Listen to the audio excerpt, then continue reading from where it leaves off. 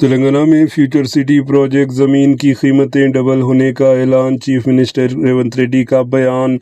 तेलंगाना के वज़ीर आला रेवंत रेड्डी ने फ्यूचर सिटी प्रोजेक्ट और रिडेल रोड्स की तामीर के लिए ज़मीन हासिल करने का अमल तेज़ी से जारी है, लेकिन इसके खिलाफ किसानों का प्रोटेस्ट भी बढ़ता जा रहा है।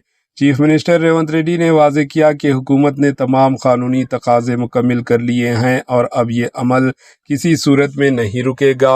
इनका कहना है कि ज़मीन आखिरकार हुकूमत के पास ही आएगी। चीफ मिनिस्टर रेवंत रेड्डी ने किसानों को मशवरा दिया कि वो फौरी तौर पर मुआवजा कबूल करें, क्योंकि ताख़ीर की सूरत में बढ़ती हुई ज़मीन की कीमतें इनके लिए नुकसान का बायस बन सकती है। हुकूमत के मुताबिक फ्यूचर सिटी के अतराफ ज़मीन की कीमतें सिर्फ 6 महीने में 3 करोड़ से बढ़कर 6 करोड़ तक पहुंच चुकी है, जो इस मंसूबे की अहमियत को जाहिर करता है। दूसरी जानिब किसानों का कहना है कि इन्हें मुनासिब मुआवजा और अपने मुस्तकबिल की ज़मानत दरकार है। वो अपनी ज़मीनों के नुकसान पर शदीद तशवीश का इजहार कर रहे हैं।